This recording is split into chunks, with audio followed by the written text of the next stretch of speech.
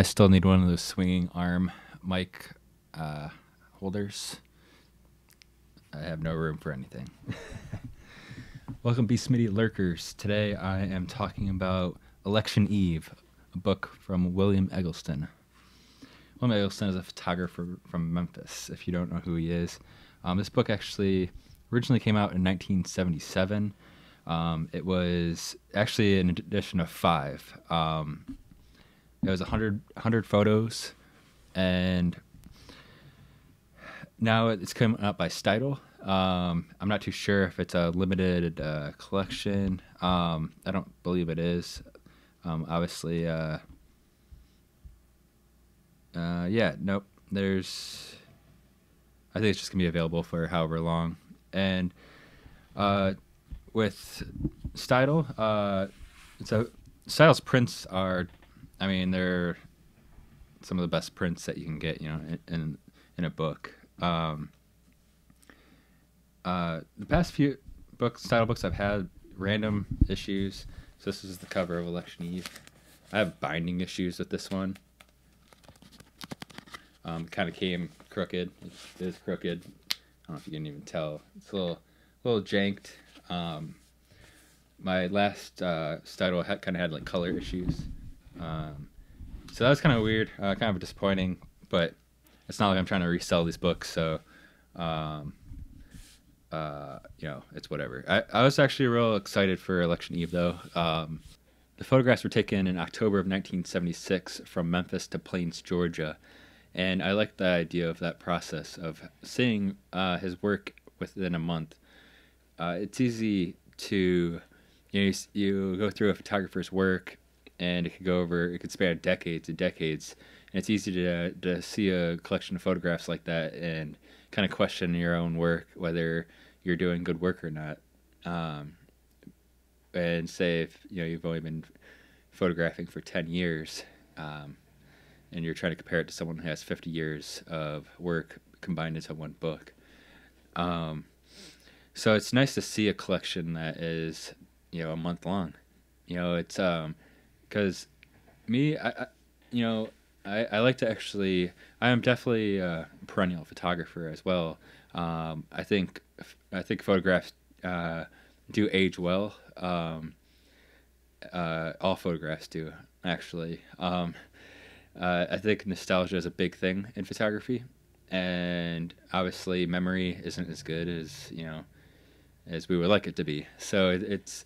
A photograph definitely increases its own value to the eyes of others over time, and at that same time, though, I realizing that, thinking about my own work and how I photograph, I have definitely grown to realize that I just need to take photographs and not worry about the great image, because that also comes down to, you might think something's a great image and I might not, or you think a photographer might be great and I think they are not. So it's that simple, really. It's easy to see like a lecture and you kind of question things, but they actually might not like some photographs that you like. And you actually might not like the lecture's photography as well. So it's an interesting theory, and that's not even to be negative. That's actually a positive thing. I think it's just to be a photographer. It really comes down to being an artist. It's just like anything, It's just like movies. That's the best. And music and movies. It's either you like something or you don't, and I think photography is the same way. I don't think there's some special thing. I know, like, people have said it's great if you take one photograph a year. I think it's good to think that to try to capture something great, but I see photographers who have taken dozens of great photos in a year, and I think that's a old way of thinking. I even think William Eggleston didn't think that way. I don't think he's the one type of person that was, you know, really limiting what a great photograph meant to him. I think what he photographed is what he wanted to photograph, and then that's the end of it. And I believe that, truly believe that's how I am. Um, if I'm posting a photo, there's a reason I'm posting it. Even if it is to, to me, I even caught myself there. Like even I was gonna say, even if I was gonna post it online or on Instagram, but that's what it is now. Instagram is the new book. As much as I would love books to be as revered as they were, it's just not the way it is. At least to the general public. Um, but to me, I actually look at posting online and Instagram as just that. It's reaching an audience, and that's what publishing a book is for. Um, Election Eve wouldn't have been reprinted if they didn't want anyone to see it.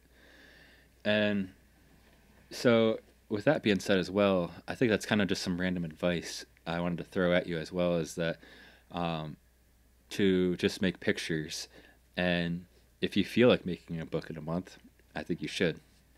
So here's Election Eve by William Eggleston. This photo is on page 46, Mississippi. I like this photo a lot. This is something I actually want to do more often, is photograph in the rain. I'm assuming he's sitting in a car, but I could be wrong. This could be something as simple as nostalgia, where I said that, photographs over time, they just become more interesting because you think about that time and what it was like. This is another photograph I wanted to show. Page 48, south edge of Plains. When I saw this photograph, I thought of myself. When I first started shooting skateboarding photographs, I always wanted my composition not to be standard, and that spilled over into how I became, the photographer that I am now. This could have been shot a totally different way, but just seeing this photograph, it feels like I actually took this photograph.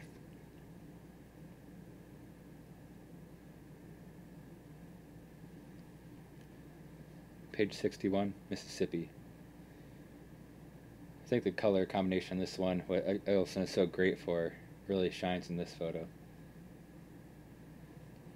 And what's interesting, I've never noticed before, is, at least in this collection of photographs, I've noticed he's a little bit lower. He's kind of crouched down, maybe. And that's kind of the question when I go out. I want to start kind of, maybe doing that a little bit more often to see if what can come about. And here's another example of getting down low.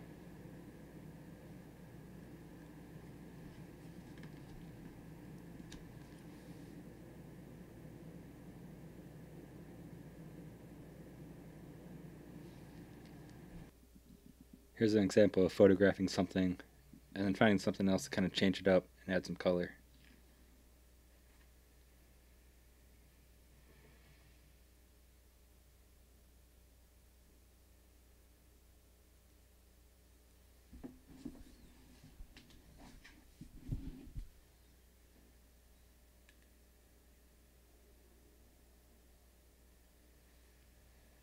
So that was Election Eve by William Eggleston. I didn't want to show too much. I highly recommend picking up the book, especially if you're the type that does photograph often and carries a camera around with you and all that type of stuff, because this is a good kind of, it's really almost like a handbook for the daily photographer, that you can really see someone who's, basically a legend in photography and how he worked for a month, and that's a pretty rare thing to come across. So I definitely recommend it. I